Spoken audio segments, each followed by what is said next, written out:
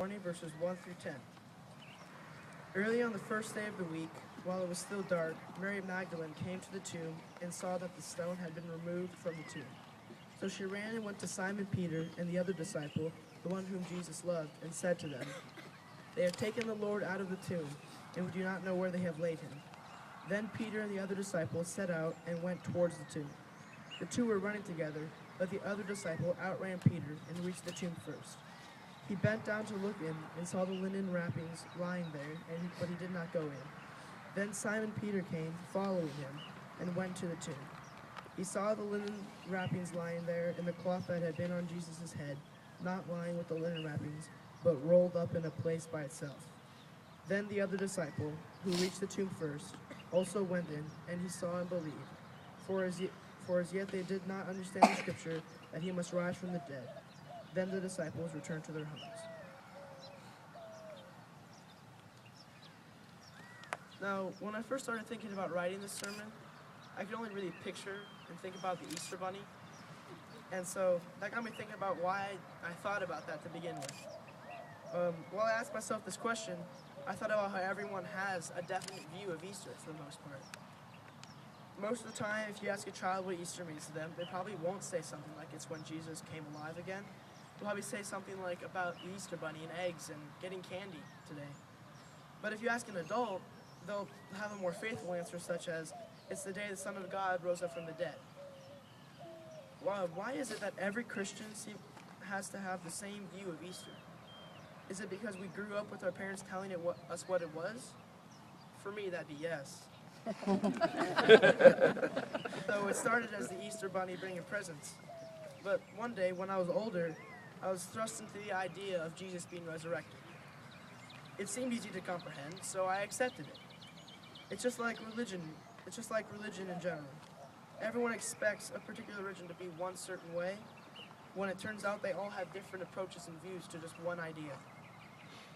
What Easter really is about is a lot more complex and a lot harder to comprehend than we realize.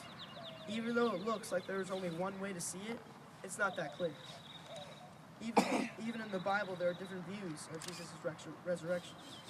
For example, in Luke's gospel, as in all the other gospels, the women are the first ones to be there. However, Luke doesn't name them in the beginning. And then the two angels that also appear are in dazzling clothing and tell them that Jesus has risen. Also, when the women go to the disciples and tell them what they've seen, nobody believes them except for Simon Peter. Now, Mark's gospel, I think, is the weirdest of the four. The women are still there, but there are not as many. There may be like 3. Also, instead of angels, they're just a man wearing a robe. What really makes it weird is the 3 endings of Mark. The most consistent ending just stops with the women fleeing in fear and not telling anyone what happened. Unlike the other 2 Gospels, Matthew just has Mary Magdalene and Mary going to the tomb. In a supernatural sense, an earthquake occurs and an angel descends and sits on the stone. To me, this just sounds funny. An angel in heaven just comes and moves the stone and then sits on it.